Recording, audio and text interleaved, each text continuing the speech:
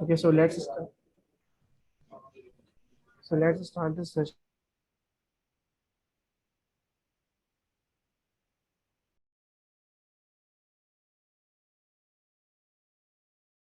in 2019.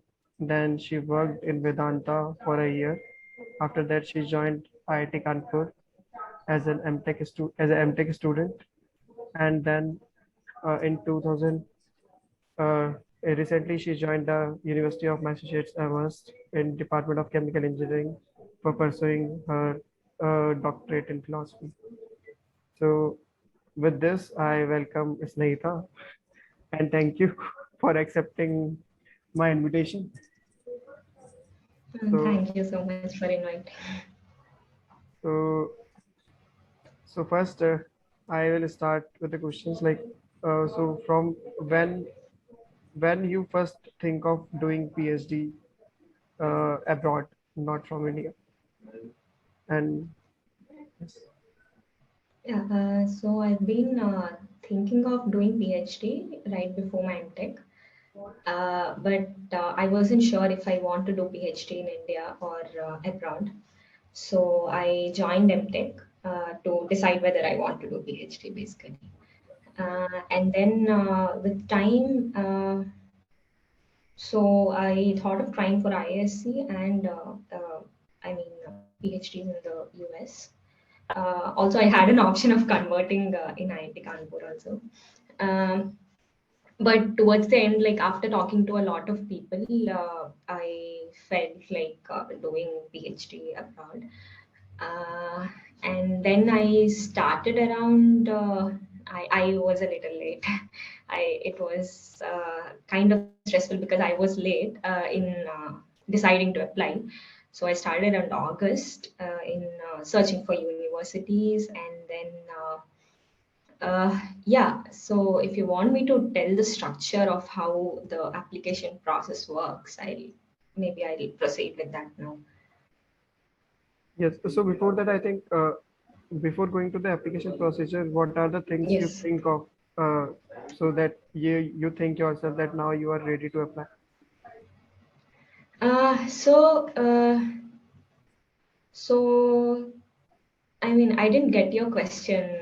So, if you want to do PhD in abroad, you start for it. I mean, you first step is giving the examinations.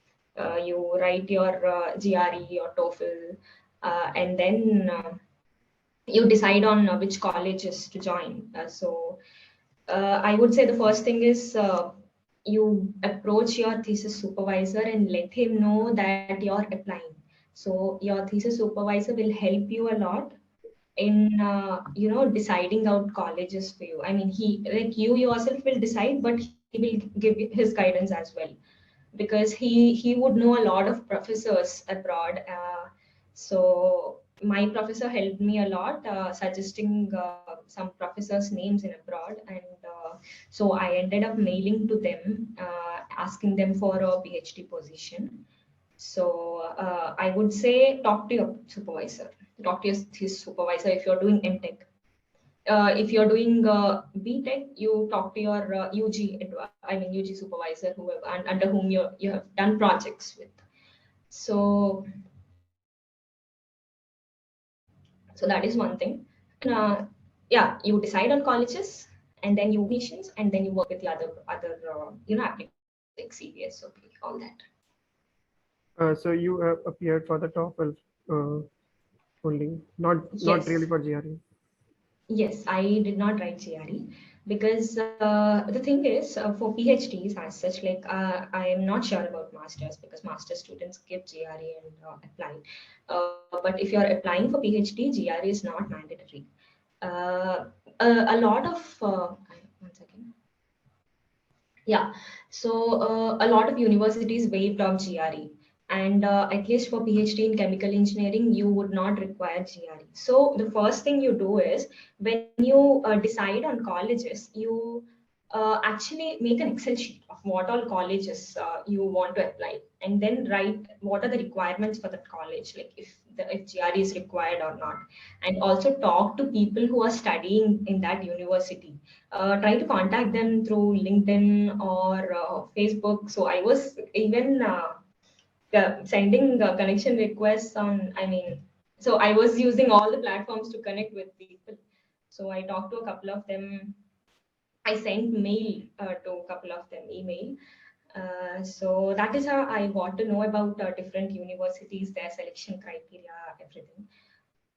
So yeah, so so that is why because I got to know that GRE is very tough for a lot of universities. So I gave TOEFL. TOEFL, make sure you maintain a score of 100, or I would say 100 would be better. Like above 100 would be better. But according to the requirements of the college, because if the university asks a minimum of 90, make sure you maintain a score between 90 to 100 as well. That's totally fine. Like people might have given already TOEFL, and maybe if they're thinking to reappear just because they got below 100, I guess it's fine. I mean, it totally depends. Like if your CPI is not very, I mean, because It's proportional 8 to is a the. decent CPI. Yeah. Is it proportional to your CPI? I mean, how No, they are. I would not say that the TOEFL score is not proportional to CPA, but I would say keep a decent score of 100. Yeah. So that's what I can say about the examinations. So, can you give some tips on the preparation for TOEFL first, then before going to the application process? Yes. So a lot of people will say TOEFL is easy and it just takes takes a week to prepare, but that was not for me because I did not give GRE. So I directly started with TOEFL. So yeah, so I practiced like for 2 or 3 weeks almost, and then I gave the exam because I was very tensed because that was the my first. I did since I did not give GRE, I had that apprehension that I might not be able to do TOEFL well. So yeah, give it a proper preparation for TOEFL because that is the first step. Okay, so once you cross that step, you can be confident that you might get into the university with your research capabilities and your research background. So a small exam shouldn't be a barrier for you to not apply to the universities. Okay, because so yeah, TOEFL I prepared for around 3 weeks, I can say. So I was checking out different sources. So I was preparing through some apps on mobile apps like Magush, and there are other apps as well. I quite don't remember what the apps are because they're free. There are some TOEFL preparation apps that are free. You can just look for speaking apps, listening apps, and reading apps. TOEFL reading, TOEFL speaking, and TOEFL listening, and also the official website of TOEFL that also provides some examples and the structure of examination. It gives there are a couple of videos on the official ETS site where they give a couple of videos along with examples. So I was looking at those, and I was practicing some mock tests, and I was also practicing some YouTube sessions. I mean, some questions on YouTube sessions. So finally, at least prepare one topic of speaking. Like there will be a speaking app where there will be set of topics to make you feel confident about speaking. So practice one topic a day, and yeah, listening also, it's the same with listening. Practice one section, and then writing also you shouldn't neglect, and reading is the critical thing because you have to there is a very limited time, and you have to complete all the reading questions in that limited time. So that is also very important. Everything is important, I would say. Yeah. So, will it depend on the how the person is? Like, if someone is already Mhm. in the reading mode, like no, Yeah. he or she is reading a novels or Hmm. he is fond of reading a novels or some books. Yeah. So will it be helpful? What kind, or is it totally different? Like there will be some tricks in reading section also. If you read one question, there will be one in the whole passage. There will be one paragraph that is related to the question. You just have to skim through the paragraph. So it doesn't depend on how many novels you read or not, but you have to read skim through the passage fast and just get the link of the questions, and yeah, so you can get that done. That's not an issue. Like TOEFL is not very tough. Okay, so after TOEFL, then you come up to apply the to start applying. You have started Yes. applying. How? The first step I would say, one second, I was writing my list. So first step, I would say you need to get your official transcripts from college. So at least for MTech people, you might have done BTech in a different college. You might have some transcripts, but you need to have the official ones where the registrar signs on the. Uh, I mean, the college will give a copy of official transcripts. So that is the first step to get, and that takes like a month or two to get delivered to you. So you don't have to send them the official transcripts, but after getting an admit you send them a post of the official transcripts. But during the application process you upload a PDF of your transcripts with the registrar sign. So you scan the same official copies that the college sends, and that you upload during your application process. So make sure you get an extra copy for yourself so that you will scan all the copies and then upload during your application process. So, and that is one thing. And then you would choose colleges, like I said, make an Excel sheet of whichever colleges you want to apply for.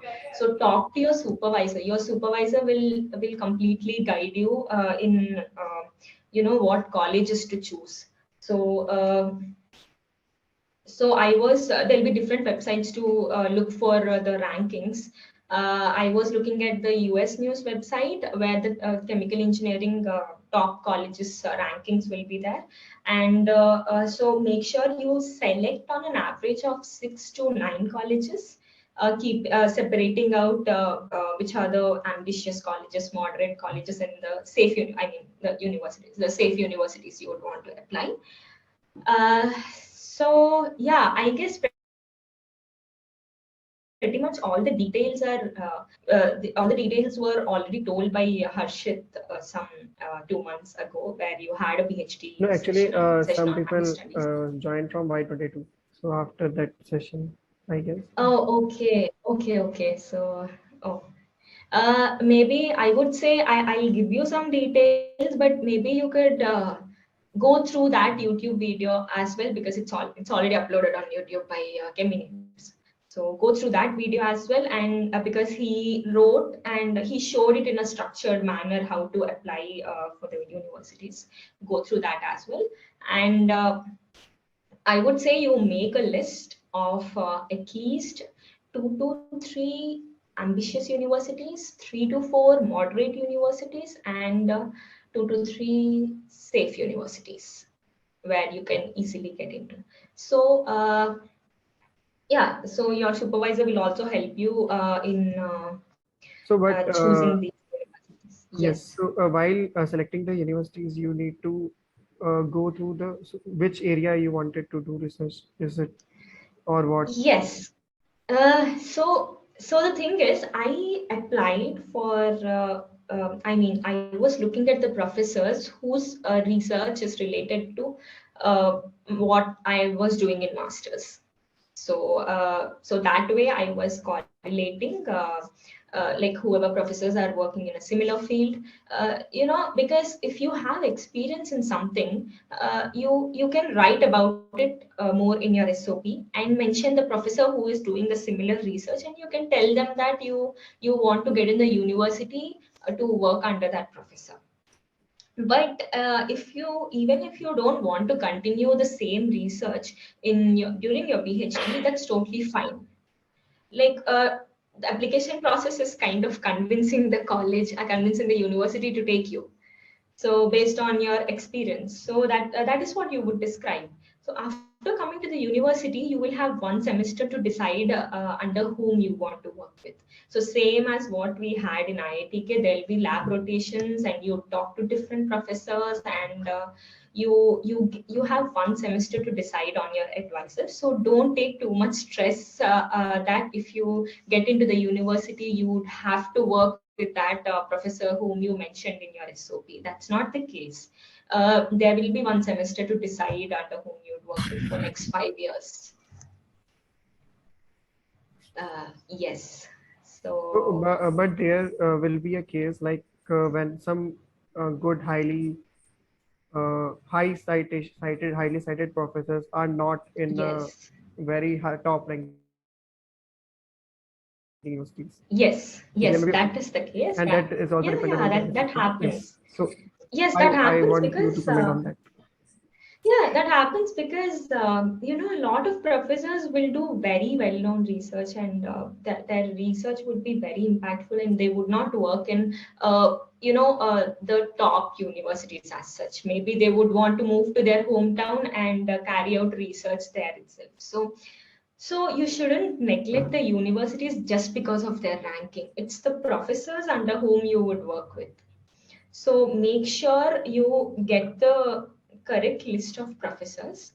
I would say maybe ranking does matter, at least for the top 50 to 60 universities that you're considering. Ranking does matter.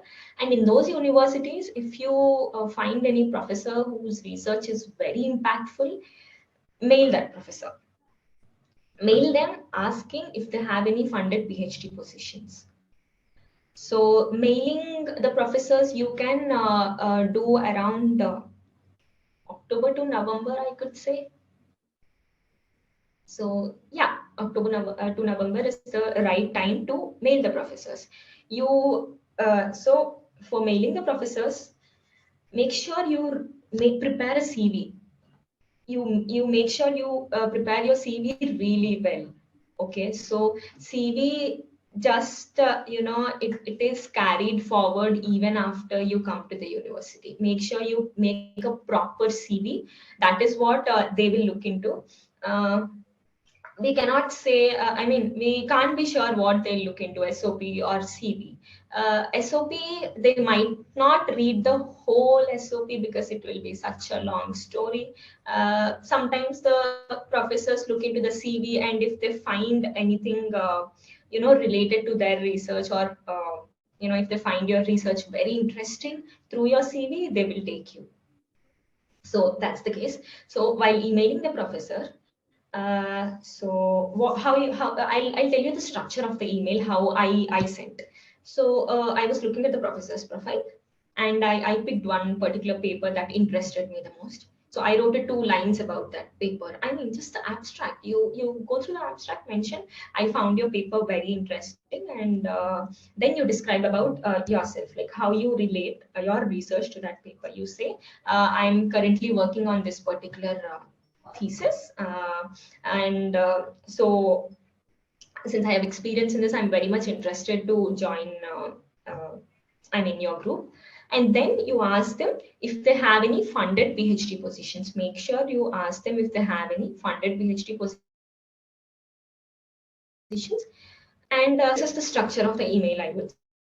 Introduction, and then any your something that interested you the most in their research, and then your background, like just 1 to 2 sentences. Don't make it a long mail. Just 1 to 2 sentences about each of the sections. And the last part, I would be, you ask them if they have any funded PhD positions.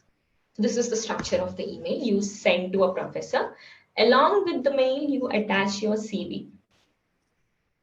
So I would say many professors might not go through your email, because they get a lot of mails in a day, and they might miss looking at your email. but sometimes some professors do look at emails and reply. So I would say don't get dejected just because they don't reply. That could be the reason. I mean, that could be the case where they might not look into the mail, uh, or don't send repeated emails to the professor just because they didn't reply. You just send one email and then just keep it aside.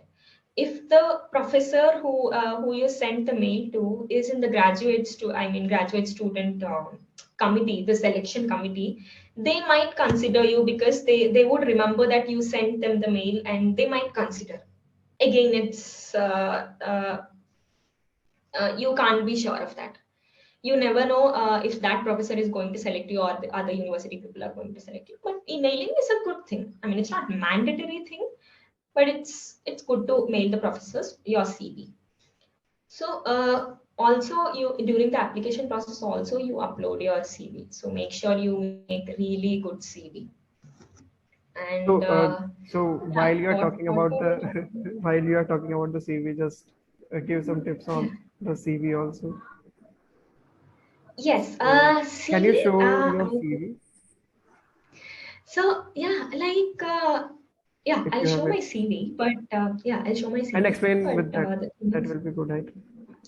yes, I also yeah, I'll first share the CV and then explain.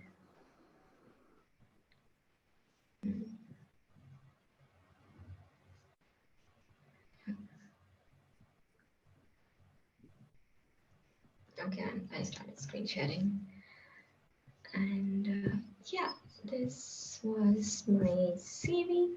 So I would say last time when you had a session with Harshit, he was asking you to prepare the CV in Overleaf. So back then, even I didn't know LaTeX. Oh, I'm so sorry. So back then, even I didn't know how to use LaTeX. I used Microsoft Word to make the CV. So make sure first you highlight your areas of interest, and so based on your research experience, highlight your research interests, and then highlight if you have any papers, research papers, make sure you put it at the top. You put your areas of interest, you write, mention whatever papers you have, and then you mention your academic details, and then goes all your research projects. Like you highlight the main title of the project and under whom you worked with. So, and then mention your technical skills. If you are an experimentalist, you mention all the technical skills you have. If you worked on SEM, TEM, or AFM, anything, whatever you had experience with, you mention that for your, in your technical skills, and or any software skills that you have. And yeah, mention the academic projects you have and your any experience, internships, and then your scholastic achievements. And then if you did TA under some professor, just do mention that. Mentioning TAs would actually help, because you're gonna do TA, you're gonna do 4 to 5 semesters of TA during your PhD. So mentioning that you had experience in doing TA, teaching assistant work, they might consider you. And then whatever certifications you have, the relevant coursework, and any other achievements that you have, the leadership or extracurricular activities. So make sure you highlight your research interests and any research papers that you have, and any your academic details. Make sure you highlight these things at the top. So yeah.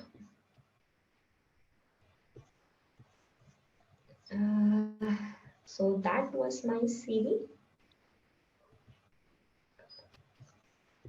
Okay. Yes. Yeah. Any questions? Any questions till now? Anyone? Or I think we will take questions at the end together. Yeah, at the end we can take questions. So that is about CV. And yeah, one more thing is letter of recommendations. So After you choose how many colleges you want to apply, you approach the professors for letter of recommendations. So you assess how many LORs you need. Per university, you need 3 LORs. So based on how many universities you apply, you upload 3 LORs for each of the university. So you approach the professors. Your thesis supervisor will give you LOR for all the universities that you apply, because he's the main supervisor for you, right? So they will give, and you can ask your UG project supervisor, or um, and you can also ask the professors under whom you did a course and you got a name. It is okay. It is okay to ask them if you had gotten a grade under them, because I did the same. I chose one professor as my thesis supervisor. Like, I took recommendation from him, and I took from one recommendation from another department. I mean, from the chemistry department in IIT Kanpur, under one professor. I did elective under him and I got an A. So I took LOR from him, and I took one LOR from my BTech professor. So, so that is how you ask professors and ask them if they want to give LOR, or if they want a sample of LOR from you. So, professors in IIT Kanpur, yeah. So you just make sure, like, you ask them all the details and you let them know how many universities you are applying, and then yeah. So you can keep that aside. I mean, ask them early and keep it aside, and let them know that during the application process, you're gonna mention their names in your application. So if you mention their names in your application, they will get a link. I mean, they'll be sent a link on email to upload the LOR for you. So they will upload the LOR. So, so approach them twice, ask them, like, let them know that you are applying, and right before the application, also tell them you're starting the application process, and they're supposed to upload the LOR. So that is one thing. And So the question is yeah, like, I uh, yes. so the LOR can be given by, so depends, will it going to affect your selection if the LOR is given by some assistant professor or the No, professor? no, I guess, see, first In thing that case, is, letter of recommendation is really important. And professor from IIT Kanpur, the recommendation from professor from IIT Kanpur is always very, very useful. I would say the professors at IIT Kanpur that we have, they're very well known in other universities abroad and everywhere. So it's very important to get. It's okay. I mean, according to me, it is okay to take from assistant professor as well. That's not a problem as long as they're professors in IIT. So I would say it's okay to take from any professor. Yeah. so it doesn't really matter who is the well-known professor or not, because some of them have that kind of question like, do we have to choose the, so because Y22 students still has not Yeah. selected the so thesis But they would not be supervisor. applying this semester, no? They'll be Yeah, but applying still, after no, a year. actually, so they have a kind Yeah. of question ki whether Hmm.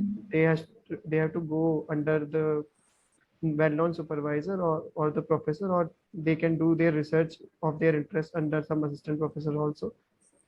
Will it Hmm. going to affect their admission abroad?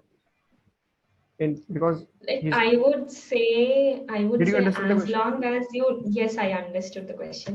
Choosing an MTech supervisor, as long as you like the research they're doing. If you're really interested to do research under them, just go for them. It Just doesn't really don't matter. consider the fact that they are assistant professor and they are professors. No, that's not the case.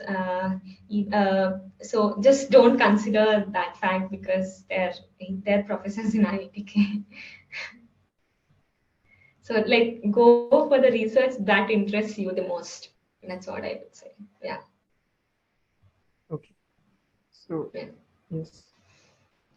So that was. one thing, what was I talking about? The CV and the LORs, right?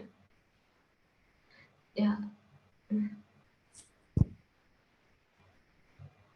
Yeah. Then comes like first thing I was saying, the choosing the colleges, asking for LORs, and then giving your exams, GRE, TOEFL, whatever you want. TOEFL is mandatory. GRE is optional. If you had already written, that is fine. If you did not write yet, I mean, for the people who are applying this December, if you did not write yet, it is okay not to get stressful just because you did not give GRE. You can go ahead with TOEFL and focus on your SOP from now. SOP is very, very important. So you are basically showing yourself through your SOP. Like they're not taking any interview of you. You have to show completely whatever your background is through your SOP, and make sure you make a very good SOP, and make it like a story, I would say. uh, like relating everything. You can get a lot of samples of SOP on online everywhere, but talk to people who already went abroad, like even the masters people who went abroad for a masters. So they might have already written SOP, right? So talk to people, look at a lot of samples, make a outline of your SOP, and then refine it like 20 to 30 times. Show it to your friends, show it to everyone. Not everyone, I would say, but yeah, show it to your friends. They will help you a lot, because yeah, my friends helped me a lot in my SOP. Yes. So yeah, SOP is very important. Make sure you keep a month for your SOP before the application, for the application process. So, For the can you give application, yeah, give the structure of the SOP? Some. SOP, yeah.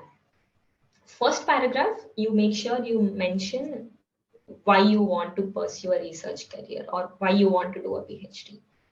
So make it in a nice manner. Like you get a lot of samples on internet, I would say. So make sure you highlight why you want to pursue a PhD in chemical engineering. Like the whole SOP just has to be shown in the first paragraph, and then in the next paragraph you start describing about yourself, starting from your bachelor's.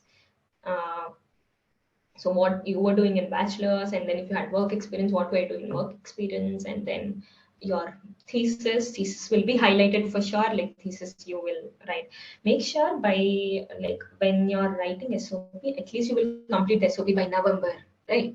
So make sure you do something impactful by in your thesis, master's thesis, by November, so that you will have some content to write about your master's project in your SOP, right? So focus on your thesis project, and after first year, the summer is very, very important. I mean, that is the time when you actually focus on your thesis. So make sure you get some results by November, so that you can mention that in your SOP. So yeah, I wrote a huge paragraph, two paragraphs about my master's project only. And yeah, after that you will mention um any skills that you have, and then you will write why you chose that university. Why are you choosing that university? Who are the professors that you like? So write a two lines, 2 3 lines about the professors under whom you want to work with. So write about them, and at the end you can just close it uh, by mentioning your career goals. So what is your goal, and how that would help to the university? Yeah. So this is the structure. You can get it online. So I got the structure from online and from a lot of friends. I preferred a lot of SOPs, and then I moved forward to write my SOP, and I refined it a lot of times. I refined it so much, and yeah, the first deadline will start from November 30th, as Harshit said, application deadline. So make sure you finish everything by November. So by now you might have written all the, I mean, examinations, and even if you did not write, it is okay. It is not too late. It is never too late, and don't become too stressful because you feel like you're doing the things late. You give the examination and you mail the professors and make a proper CV and SOP. And yeah, it is going to be stressful, but it's okay. Everything will go fine towards the end. Yeah. So So the deadlines will, people wants to see your SOP also. They message someone message. but yeah, if anyone wants to see my SOP, just email me. I'll share my email ID, or you can connect with. You can message me on LinkedIn. Maybe if I don't check LinkedIn, you can always mail me. I'll always check the mails and reply you. Just mail me how you want the structure of SOP. I would give you guidance about it and send you my SOP. So I'm sharing my ITK email, but that would expire in a year. So I will just next yeah, year. So please I will give your share my. email ID. Okay. So yeah. Oh yeah, new ID. Oh, that's a new ID. So that will be there for next 5, 6 years. So that's okay. You can mail to that, or you can mail to this. Yeah. Okay. So what's next after this? So you told about. So I was saying something. Oh sorry. Yeah, SOP, you make it, refine it, and yeah, the application deadlines. Yes. Application deadlines start from November 30th, or you once you choose the universities, you also make keep track of what is application deadline and prepare accordingly. And yeah, you keep changing your SOPs according to the universities you apply for because the professors will be different, right? Like the whole content will be same, but last two paragraphs where you mention about the universities that will change. So yeah, application deadlines will be there till February. So yeah, last deadlines will be in February, and the first deadlines, earliest deadlines will be November 30th. Make sure they will be giving two deadlines, like earliest deadline and something late deadline. But make sure you submit before the earliest deadline. And even if you, because application process might have started already, it will start in September. The applications will open in September. Even if you're done with all the work, it's okay to submit because there could be some first come first serve basis as well. If you want to submit it right now, yeah. So that's with the application deadline, and then that's the thing you Yeah. wanted to tell. Just Yeah. okay. So then wait for the So results if there and are you will any get more it. questions, I will Okay. So now, be happy to answer. yeah, please ask if anyone has any questions. You have we have 15 minutes. Yeah. Okay. So can you Like, So tell yeah. hi, us? Oh, hi, okay. yeah, Yeah. hi, Hi. Hi, Sunita. Priya. I am the other side. Yeah, I wanted to Okay. ask, like, how much in advance should we inform the professors about LOR? Like, should I inform them after I have given my TOEFL exam, or should I tell them before it only? No, I would say once you decide you will apply, you just let them know. Let them know that you are applying for the universities and tell them you want LORs.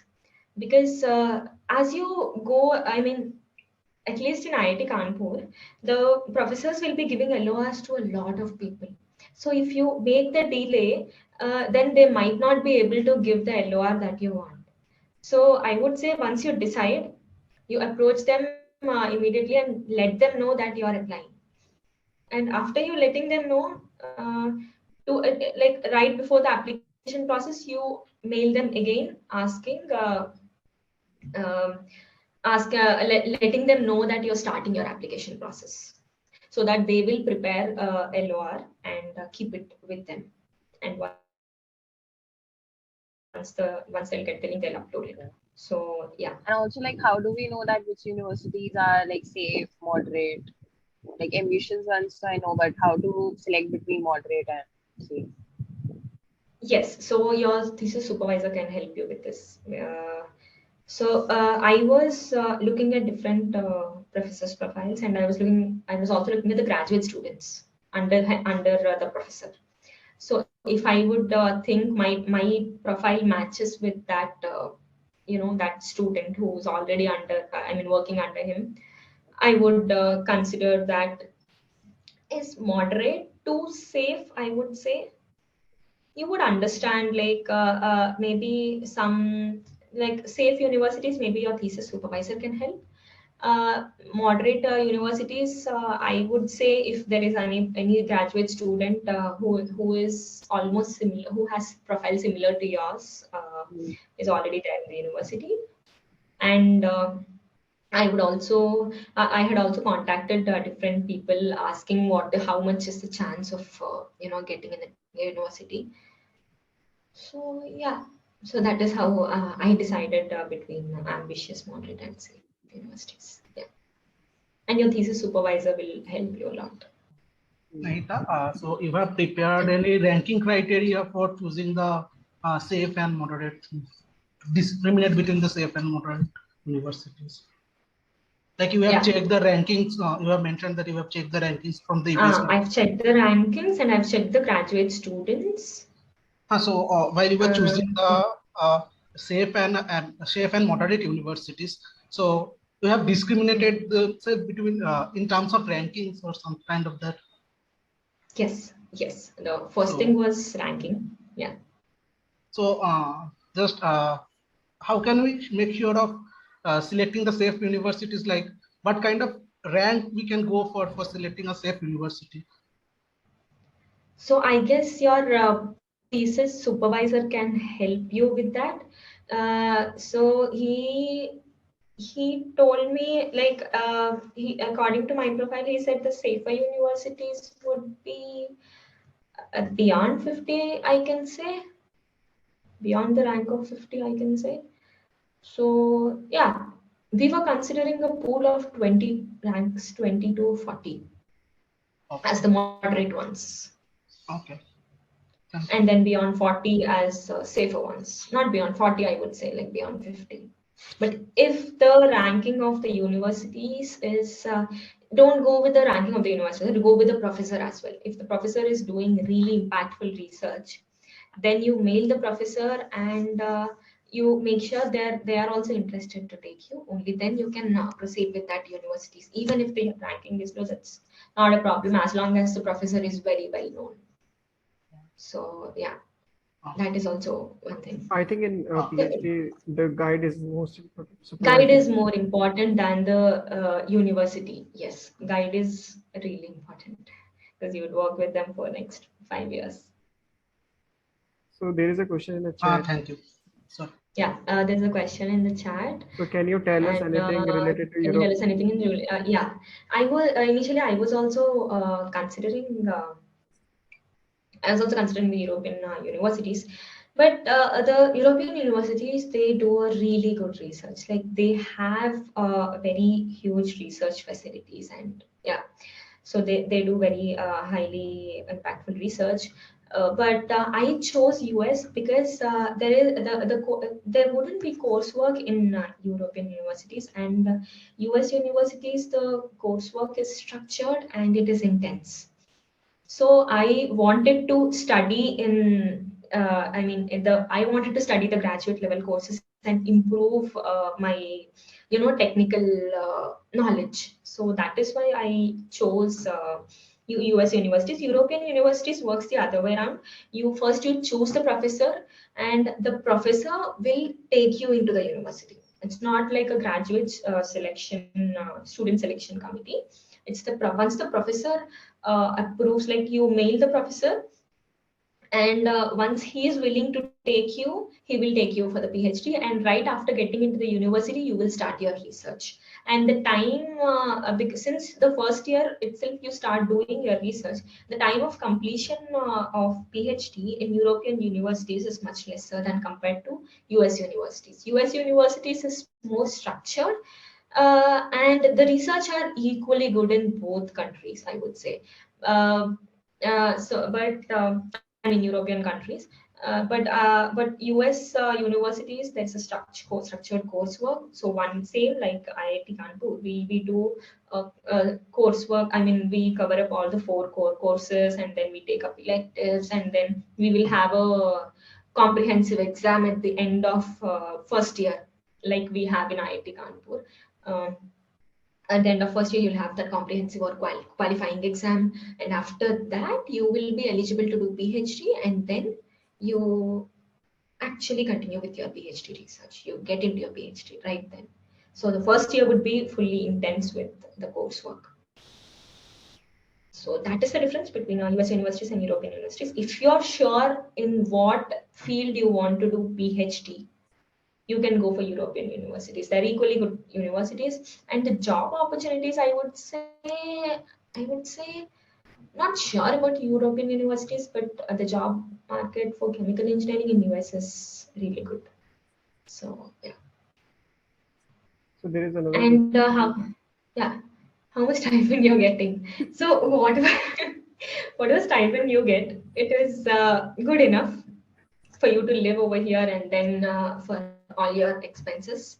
So you would get an average of $2,000. So Average it of also depends on the $2,000. universities. Like Princeton is nowadays giving too much. Yeah, like very high ambitious universities, very high top 1 to 20 universities, 1 to 10 universities, they pay you very high. I mean, they pay around 3K, I guess. Yeah. But the moderate universities, they pay on an average of $2,000, and it is sufficient for you to live and for you to, use it for your expenses, and Another it's question is, good there is amount. one more question. Yeah. The That's thesis it. supervisor helps you write a better SOP, and do I have to do it on your own? I would say you do it. Make sure you write a very good SOP, refine it a lot, and then you can approach your thesis supervisor asking if he could review your SOP. Because the thesis supervisor also might have gone through the same tedious procedure back during their grad school. So it's okay to ask your thesis supervisor to review your SOP, but towards the end, don't go with just a skeleton of your SOP and asking them, like, because they won't write it for you. You have to do it on your own, and refine it properly, make a proper SOP, and then you can go to your professor.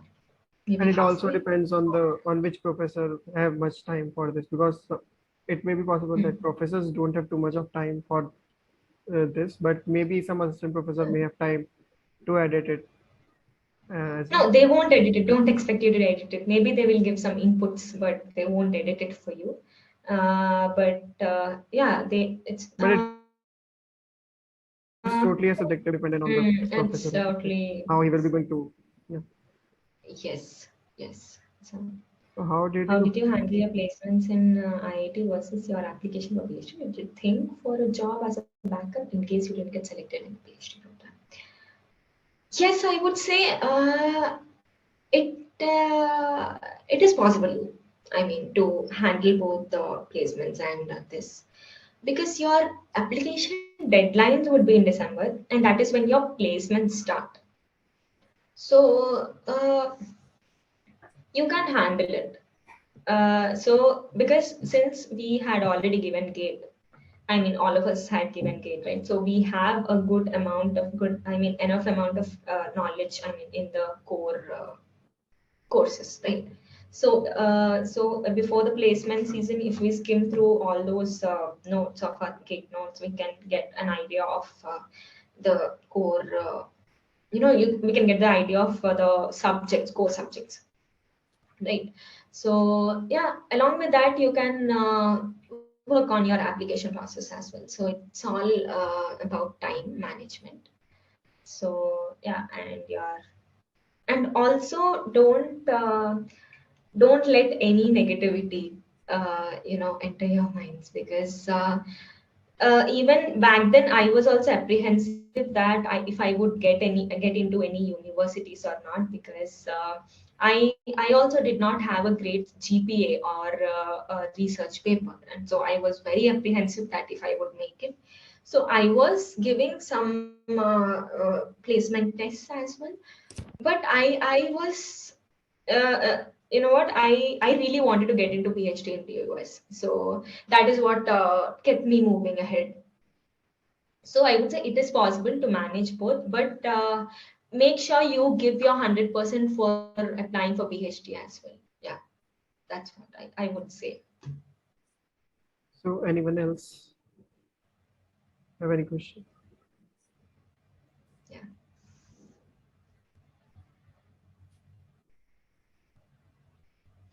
So if you don't have any question, we will be here for 5 more minutes, or you can have.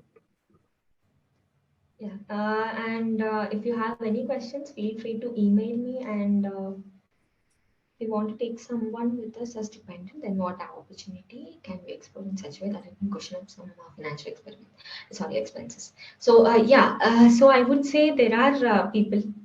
So in my class, I have friends who are already married, and yeah, I have friends who are around the age of 30, and they're planning to get married soon. So yeah, uh, I would say you can manage if you will be little frugal, but yeah, maybe that would be better if you connect with some people who are currently doing PhD, and they have dependents. Yeah, but it's totally fine. I have friends over here who are already married, and they're doing PhD, and you can totally manage with that. But make sure you talk to someone. You talk to your supervisor as well regarding this, and because they also might have. Yeah, because they would also know, because they already did PhD abroad, and yeah, they would know how the expenses scenario would be. So talk to your supervisor, and yeah, you can go ahead with that. How much time it takes for ETS to send TOEFL scores for universities? That will I don't think that would be a problem. They will send it within a week or so, I guess. I guess that wouldn't be a problem beyond the application deadline. So make sure a backup of 1 week or something, like right before the deadline. Like make sure you submit the application at least a week before the deadline. So at least that week, 1 week, you will have a backup to confirm that if EPS sent the scores to the universities. Yeah.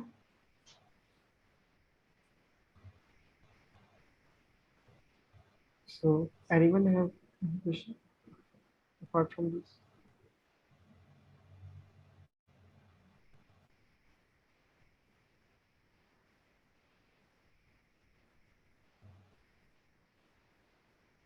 If you don't have any questions, you can.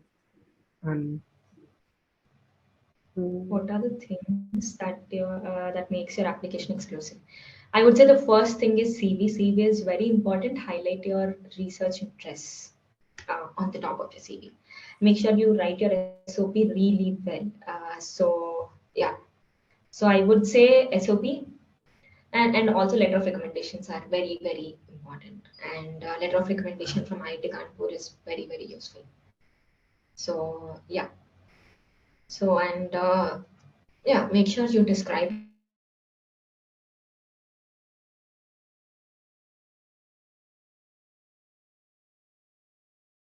CV, and also you mail the professors, but don't get dejected just because they don't reply. I mean, 60% they don't reply, but maybe some people do reply, and yeah.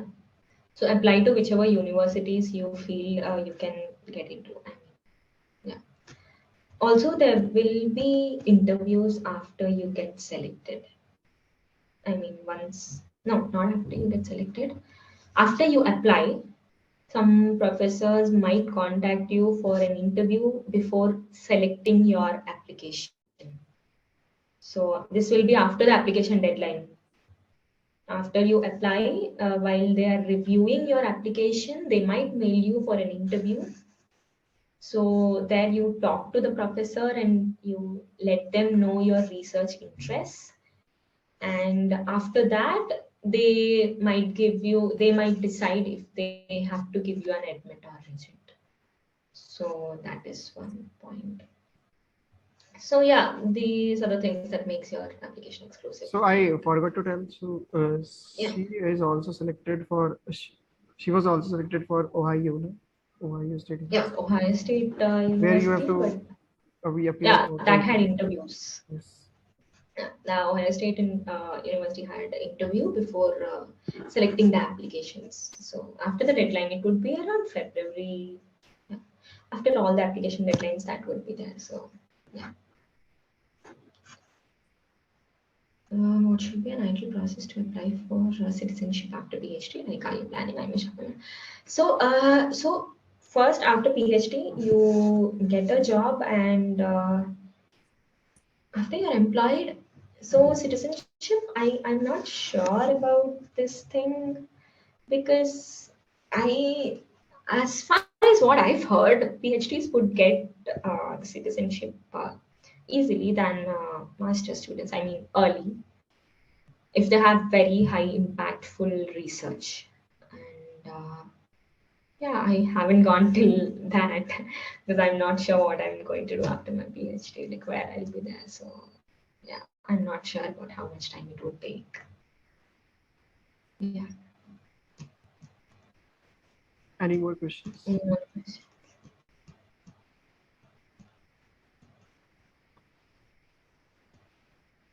So if you have any questions, feel free to email me. And yeah, email me and send me a connection request, or you message me on LinkedIn. I'll be happy to help you. If you don't have any questions, you may leave this so that Yeah.